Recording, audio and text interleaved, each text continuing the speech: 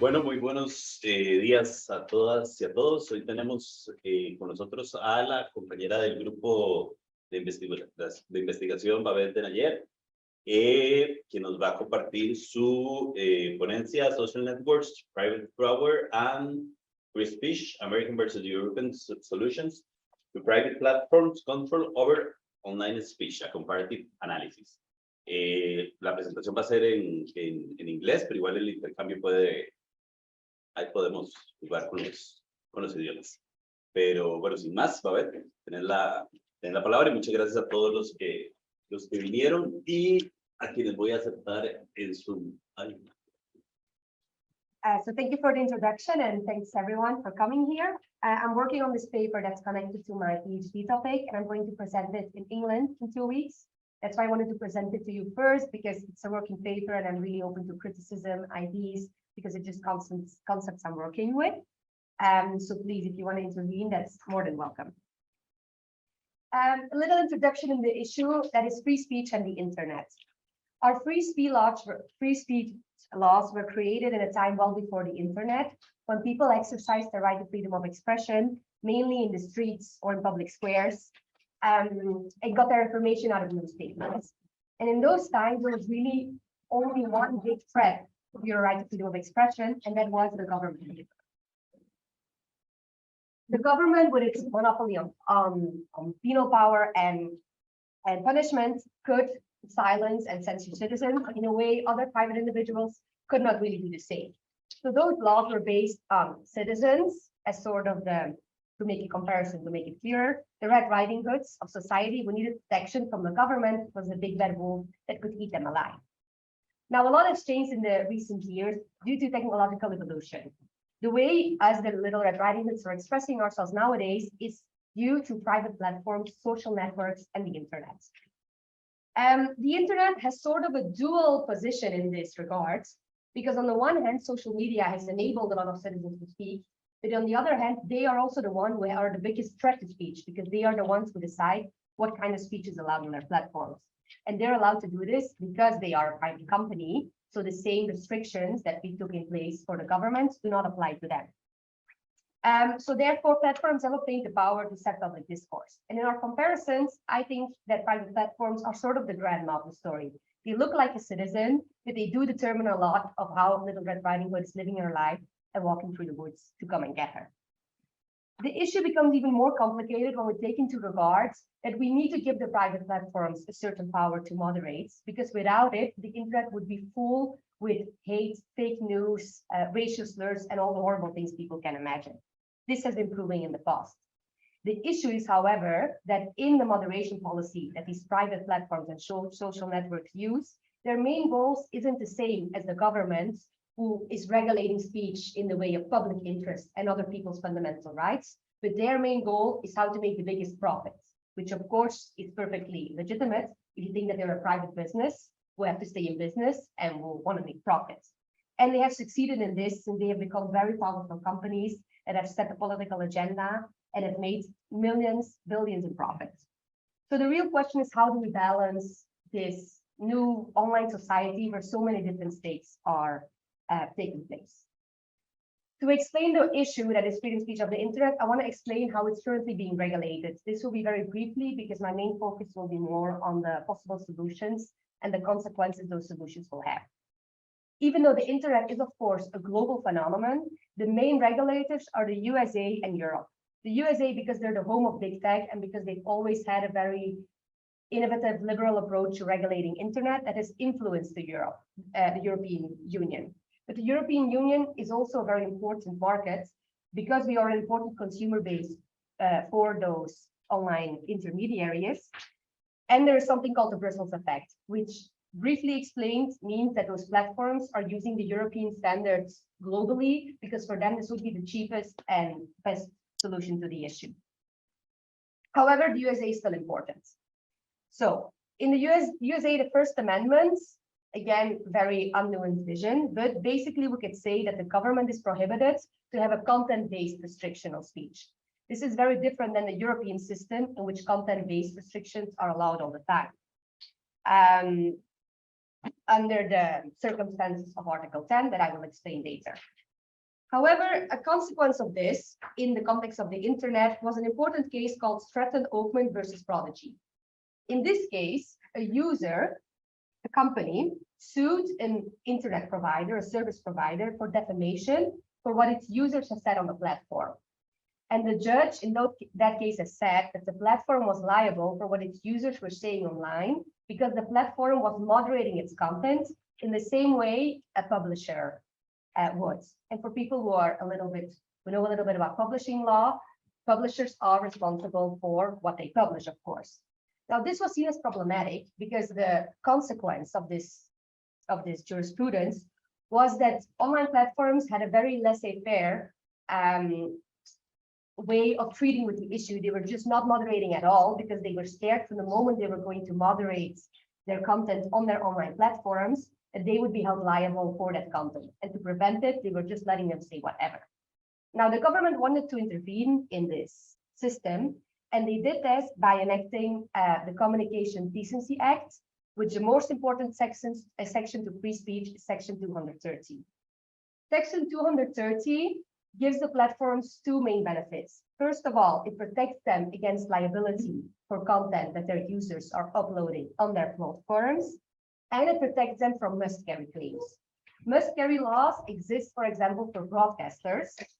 When television became popular, and it was also clear that the government was taking on this role of having public broadcasters, they created must-carry laws to ensure that all sort of political discourse was being presented on public television, and that not just one political idea was being present. However, the law clearly states that this obligation to carry different types of opinions, different types of speech, does not apply to online platforms.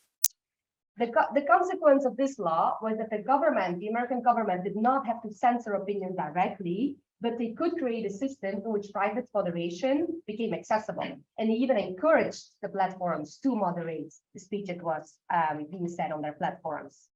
However, currently this law is under criticism, and I want to show a very short video that shows these criticisms, and then I will explain them a little bit. Yes.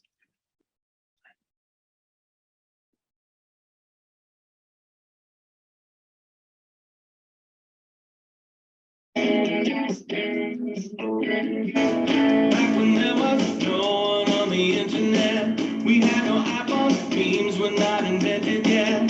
Congress made it the law to help it blossom and grow. So now I can't get sued for what my users say. That's why I own 2 spaceships in most of LA. All from winding you up and then watching you go. I just want to engage you, things to enrage you, to keep your eyes on your screen. I don't ever get dirty, 'cause Section 230 is keeping my hands so clean. Here's the good news, everybody has a voice. Here's the bad news, everybody has a voice. Cheats and liars and fools and the man and the mean. You get error spring, you get hashtag me too. Bonus items, Pizzagate, fake news and Q. I've got principles, so sorry I can't intervene. So blame the people who wrote it, I only promote it to keep your eyes on your screen. I don't ever get dirty, 'cause Section 230 is keeping my hands so clean. Now, this video clearly shows the issue the Democrats have with the law, which is the fact that there's no way to help these private platforms liable for how they're moderating speech and the effects that the speech on these platforms can generate. The Republicans have their own issues with the laws, which is completely different, which is that they do not like that a private company is allowed to censor their speech, as has happened to Trump when he got banned from Twitter, for example. And they especially feel that these Silicon Valley companies are promoting a very left-wing type of ideas by only censoring their conservative ideas. These are just how the two parties are feeling about the issue. And because they basically are unable to reach a consensus on how they change the law remains as it is, with its negative side effects. That's why many people have thought that the American judiciary could come up with a solution, which I will explain later. But first, I want to explain the situation in the EU. In the EU in the 1990s, we created the e-commerce directive, which had a lot of things in common with the American law, but also a lot of differences. I will not go in depth, but the liability protections were less explicit as in the USA. And we also created the general prohibition to monitor, which meant that the government cannot say to a private platform, you have to moderate speech like this in generally. This was to protect, of course, that the government could use the private platforms to censor in a way that they would not be allowed to do. However, the private platforms can voluntarily moderate their speech. And the European Commission has really focused on this voluntary approach to create a content moderated system. In 2016, the biggest example has been the Code of Conduct on Hate Speech. It was the European Commission who made an agreement with the 5 biggest platforms, Facebook, Twitter, you name them, to battle hate speech and make a commitment to delete them from their platforms. And this had a big impact because they started applying this policy in the global Facebook, so also in America and Asia, wherever. However, different things have led to this approach was deemed not sufficient and not a good enough solution. A big scandal was the Facebook Cambridge Analytica scandal, in which users' data got leaked that really showed what kind of power these platforms had and what they could do about it. Europe also saw that individual member states, such as Germany and France, were creating their own laws regarding content moderation, with claims that they must delete certain content, which was creating a fragmentation in the market that they wanted to prevent. Therefore, the Digital Service Act came at last since last year as a binding regulatory framework within the EU for the issue. The DSA says many things, but the things that I want to focus on is that it clearly states that when the intermediary service, this includes private platforms, social network, is aware of illegal content on their website, they must remove it within a certain time frame. And if they do not do it, they can be held liable for that content. However, it also clearly states that their terms of service, which is the private contract they have with their users, can stipulate other types of content that they do not wish to see on their platform. If they clearly state what kind of content it is, they can also remove this. Now, those two regimes together, which is creating a lot of liability exceptions, combined with the European approach of incentives to delete illegal speech, is creating a policy within these private companies where if they're not sure if something is illegal, it's better to delete it because there is no consequence at all for accidentally deleting legal speech, while there are many consequences to not deleting illegal speech. So authors have used words like saying that legal speech get caught like dolphin in the tuna net to describe this phenomena, or that just over-removal speech that would actually be allowed in society. So of course, the question that then we as here in the European system should ask ourselves is how this philosophy fits within the jurisprudence of the European Court of Human Rights. It is clearly stated that in society, there also needs to be space for unpopular opinions. In America, they also have, of course, this doctrine where a variety of opinions has to be allowed, which is just another consequence of plurality and democracy. So what could be possible solutions to this? In America, 2 possible solutions could be the public forum doctrine and the state actor doctrine. The public forum doctrine would put social media as part of the public forum, and in the public forum, First Amendment protection would apply to them. However, in a famous case called Knight First Amendment Institute versus Trump, this theory was on one part accepted, on the other part completely rejected. In casu, users had sued Trump for silencing them because they were banned from his Twitter account. They were no longer able to see his posts to react to them, claiming that he, as a government official, was censoring them. And the court said that when it comes to government's official social media, the public forum applies to them. This is called a designated public forum. In this concrete circumstances of where you're communicating with a government official, the fact that you're doing this through a private platform does not change the fact that the government cannot violate your First Amendment rights. However, they also clearly stated that this does not mean that the entire social media platform is a public forum to which First Amendment values allow. So some people have seen this as a step in the right direction, that they could change their jurisdiction with times, while others have seen it, which we clearly know against the public forum doctrine. An issue why the public forum doctrine has difficulties being accepted is because there's quite a formal criteria to be considered a public forum, which is that it has to be part of the public property, or at least connected to governmental power, which of course these private companies are not at all. In PragerU versus Google, people try to claim that YouTube was actually a state actor because it had taken on this responsibility to protect freedom of expression and to allow it. And therefore, the state actor doctrine should apply to them to, in the end, consider them a public forum. However, the court did not accept these arguments. In the end, many authors come to the conclusion that even if we could relax these doctrines to allow First Amendment protections, it would be better to not do this, because the negative consequences of this more public law approach to freedom of expression would be disastrous and would create many negative side effects. Therefore, it would be better to leave it as it is. Now, before getting into what these consequences would be, I want to explain a little bit the European solution. In Europe, there's currently no right to freedom of forum, which means that just because you have the right to expression does not mean that you can demand to express this wherever you want, in whatever way. This was established in Appleby versus UK, where it will explain the cases a little bit better. Environmentalists wanted to flyer in a shopping mall, and the shopping mall refused this, saying, we're a shopping mall, we want to sell goods, we don't want this new opinions. Back then, environmentalism was more controversial. To be here in the shopping mall, you cannot do this. And they claimed the shopping mall was violating their right to freedom of expression. However, the court stated that, this was not a violation of freedom of expression because there are many other ways you can express yourself.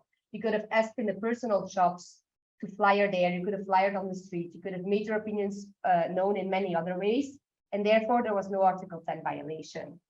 But they did leave a clause, which is the quote I put up there, which is then when the bar on access to property has the effect of preventing any effective exercise of freedom of expression, or that the essence of the right would be destroyed, the court could not exclude that a positive obligation could arise from the state to protect the enjoyment of the convention rights. So in other words, in that case, maybe yes, there could be an obligation to protect freedom of expression, which is why people are doubting if Appleby versus UK would apply to social media platforms. Also, of course, there are other arguments saying that the shopping mall and social media platforms are two completely different situations that cannot be comparable.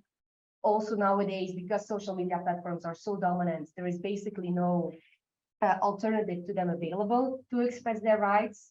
Versus there are other people saying this would violate the company's right to conduct the business and also other users' rights in ways that would be disproportionate, and therefore it would be better to not guarantee this right. Another way, another solution has been sought in the horizontal effect of fundamental rights doctrine. This was originally a German concept that has been accepted in a case that it sounds very similar. In the Fraport case, also protesters wanted to express their opinions, demonstrate in an airport. And the German court actually said that the airport had to give them the right to demonstrate there because they created a forum where people could express their opinions and therefore could not reject people from going there and demonstrating in a way they saw fit. They had to respect the fundamental rights of citizens the same way a government would, thereby accepting the Drittwirkung, as it's called in Germany, the horizontal effects doctrine. In Italy, there were also two interesting cases of users suing their social media companies for violating their right to freedom of expression. They claimed their posts were being deleted. They were being banned from Facebook. They had a page on Facebook. It was also being deleted. And this was unjustly done so. What is interesting about the cases is that the judges really looked at the contents. In Forza Nuova, it says this was an illegal way of expressing your speech, and therefore Facebook has censored you in a way the government could have, and because the horizontal effect applies to them as well, because they are in charge of how you're expressing your speech, Facebook has violated your right to fundamental expression, and your post deserves to be off. Whereas in Casa Pound, they looked at the speech, they declared, this is clearly illegal speech, you have abused your Article 10 rights, therefore you cannot use them as an excuse. And even so, Facebook has the obligation to delete illegal speech, so they acted right. So the court is really just looking, in my opinion, the European courts, at what type of speech it is, and based on whether it's legal or illegal, making their decisions rather than are private platforms allowed to do this or not? More philosophical question that is keeping us busy. Yet, the conclusion of many of these authors who taught me about these cases are as well, just because you can does not mean you should. They also put a lot of consequence on all these negative consequences that would come from creating must-carry claims for platforms that would take away their liberty to delete speech that is technically legal. Massini quoted it best, so I put it here. He speaks of a trade-off between a more democratic or less safe internet or a safer but less democratic internet. By creating more democracy, a lot of users would feel less safe on the internet. And this is really what I want to focus on is my 6 arguments why I do not agree that giving must-carry claims of legal speech to private platforms would create an unsafe internet. The first argument is also the biggest one, which is authors claim that if we create must-carry claims, there would be a lot of lawful but awful content on the internet. And this makes a lot of sense from the American perspective. A lot of things that would be considered hate speech in Europe are actually worthy of First Amendment protection. I think of racial slurs, neo-Nazi posts, all that information that in general society does not accept and does not want to see on their social media would be worthy of First Amendment expression. So by demanding that Facebook has to respect users' First Amendments, that sort of information would circulate Facebook. However, I do not think these arguments make sense from the European perspective because we do have a content-based limitation to Article 10 ECHR.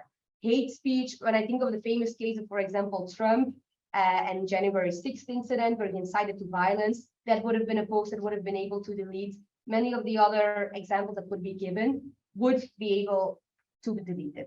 However, this argument is still supported for the main issue, and that is misinformation, or fake news, as it is better known.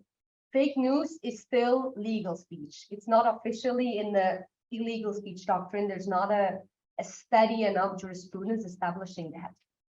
And the issue with this is that it is because it's a very difficult issue to regulate. I will explain this by the difference of Watergate and Pizzagate. Watergate, as you know, was the Reagan cover-up whistleblower operation. And Pizzagate was what happens when the Hillary and Trump election, where alt-right people made a post claiming that she was a pedophile who was abusing children from a pizza restaurant, which led to a person taking a gun there, and actually it ended up in 1 or 2 people dead. I don't remember exactly, but it was fake news that had disastrous consequences. And we've become so accustomed to all this fake news in society that I sometimes think if nowadays Watergate would come out, we would maybe also at first treat it as this fake news incident. And in the end, what determines if something is fake news or this huge whistleblower cover-up that is finally seeing the light of day is determined on whether it is true or not. But it is very hard to legislate this upfront, which is why European countries who have tried this, Germany and France, the Constitutional Court has struck down these laws because it is so hard, because they found that the definitions were too broad and that they were actually having a chilling effect on speech, which could have dangerous consequences. So it is a difficult issue to legislate. I'm not saying that, and we're making progress in the issue as well. In last year, the European Union made a code on practice of misinformation, which is giving guidelines to private platforms, how they should treat misinformation on their platforms, how they should moderate it, which reminds me a bit on how they treated hate speech a few years ago. So I do hope to see that if they're opting for the soft law approach first, then in a few years, this could lead to hard law. However, I fundamentally agree with the whole notion of saying it's so hard to legislate this issue. Parliaments are having issues with these definitions for a reason, which is because it does have a chilling effect on speech. So therefore, private companies are allowed to do this. I do not think that is a rational argument to make. We want to get rid of the issue, but we don't know how to. So they're allowed to do it, even though the fact that we're not getting rid of the issue is there for a reason, because we do want to protect a lot of speech as well. Now, the second argument sort of comes from the first one. In the USA, they say because this forum of hate would be created, Advertisers would flee because they would not want to see their product next to this horrible hate speech argument made by a user. And the free platform economies we know today, that whole system would crumble because Facebook and Twitter would no longer get their revenue from ad sales. They would have to ask for subscriptions or other ways. It would be disastrous for the economy. Of course, since I am challenging, if really a form of hate would be created, I'm also doubting if this would be the consequence. And even if, this approach for advertisers would feel like it's a bit negative for them and they would want to flee, where would they really flee to? Currently for them, there is no viable alternative to social media. Even broadcasting numbers are down. We're all getting the most people, users are seeing ads are through social media. So it's also not that they have that many alternatives to where they could take their ads to. So that's why I also want to nuance this argument a bit. The third one is it would create competition issues for smaller companies. If you create this very heavy nuance due diligence law of you have to delete illegal speech, but you have to respect legal speech, it creates this very complicated system for smaller companies to implement. And this would, in the end, create even more power to big tech. Since it's already an issue that they're not being challenged by smaller companies, eliminating the competition completely would make it impossible for them to compete.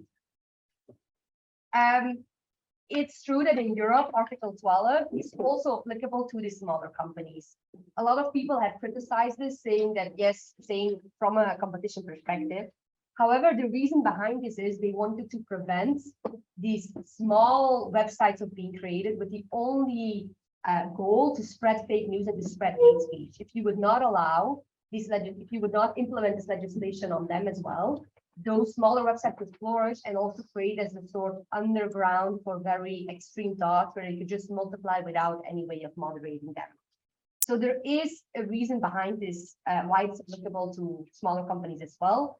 And I do agree that we should apply to them as well, but if it would have too many disastrous consequences for competition laws, of course, this law could be reevaluated and we could only apply it to the very big platforms. Even so, I also think, we can criticize this, but I think social networks will always be a sort of natural oligopoly, because in the end, we are using a certain social network because a lot of people are using it. We are using that one because we want to be in contact with friends, family, a lot of users who think alike, who think differently. But we also have we don't have a limited time. We only use 1 to maybe 5 apps depending on age and what your importance, how important it is to you. So there will always be a few companies who really have most of the power in this domain, because that's just the way the system works, that you need a lot of users in order to be considered a social network. Then the last 3. Another argument is the rapid technological developments. The internet moves very fast. There are always new issues that need to be regulated versus the law, which has been notoriously called very slow. So therefore, it's better to not just amend this legislation in law that would be very hard and cumbersome to change, but to leave it up to the private companies to set their own policies. I do get where they're coming from, but from a fundamental rights perspective, isn't that completely contrary to our constitutional theory on fundamental rights, in which we put these fundamental rights in constitutions and international treaties, and only the highest courts are allowed to intervene in them and give them interpretation and claim if laws are violating them or not, because we want to give them this steady and durable approach that they cannot just be changed with the change of a wind as well. So I do not understand how this argument is actually in favor of making it easier for a First Amendment, for freedom of expression rights to be violated, instead of just seeing it as just all the more reasons to protect them and give them this higher level of in the hierarchy that they deserve. That being said, just because the limits of private companies are set in a law, that does not change the fact that private companies can still be considered a stakeholder in the legislative process and influence them. If there are new issues, they could contact them. They could be in direct contact with agencies to tell them, and the law could be updated that way.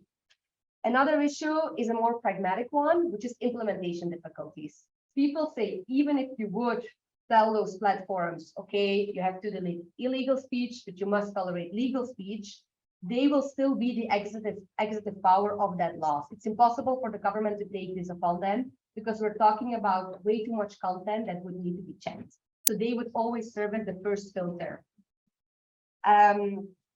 So if they could then just say, okay, sure, we will follow this legislative process, but in reality, in execution, they could still put forward their own policy, thereby still violating freedom of expression rights. However, I think at least giving them the obligation to protect freedom of expression could lead for them to rethink their policy and prioritize speech in the way they haven't before. I also think these measures should be taken in regard to transparency measures, which that are already in place in the Digital Service Act, saying that they have to be transparent about how they're implementing policy, how they're making decisions. That way, if they are being accused of having a malicious practice of still not enforcing the laws, sanctions could be connected to that as well. And I also still don't see, even if implementations would be difficult, is that really the main reason one could have against creating the law in the first place? Because I can think of many other fields where implementation is also difficult. And I want to make this point clearer, I want to compare it to anti-discrimination laws. Anti-discrimination laws are there to protect the right of equality citizens have. However, it's notoriously very difficult to prove discrimination because the aggressor has often not made this very clear towards the victim. They haven't said to your face, I'm not hiring you because you're brown or a woman or all of this. Because of this, we have made interventions, like we've made it easy, the burden of proof has become easier on the victim, but still many cases of discriminations get lost. There's no real solution for the victim because it's so hard to prove. Yet this is not a sufficient argument to then just say, oh, in that case, we're not creating any anti-discrimination laws, and if your right of equality gets violated, too bad. The last argument is connected with this, which would be the platforms' unwillingness. They have huge political power in Brussels to push forward their own private agenda and to influence a political agenda. So one could wonder, why would they ever accept this new policy? However, I also do really believe that there is a positive incentive for them as well in sort of more following the government guidelines instead of their own. The first one is that it would create a shared public responsibility. Right now, if there are these scandals on Twitter or Facebook, there's a lot of public backlash between those companies. They're doing their own thing, they have all the power. Whereas if they are implementing a government policy, that responsibility gets shared between them and the government. And citizens can also, directly complain to their governments through voting and democratic means that we have available to us to say that the system should change because these scandals are still happening, instead of just blaming the private company. Another one is that right now, because they are in control of the system, if a user right now in the Digital Service Act, the user has many means available to appeal a decision of his content being deleted. There are appeals within the companies, but there is also always judiciary appeal available to them. And the companies have to carry the cost of those lawsuits. Imagine if a lot of users start appealing that their speech is being deleted based on the company's terms of service. This could create a lot of costs for lawsuits for the companies. Of course, if they were to follow the public guidelines on speech, like a government, they would no longer have to carry the cost of these lawsuits alone.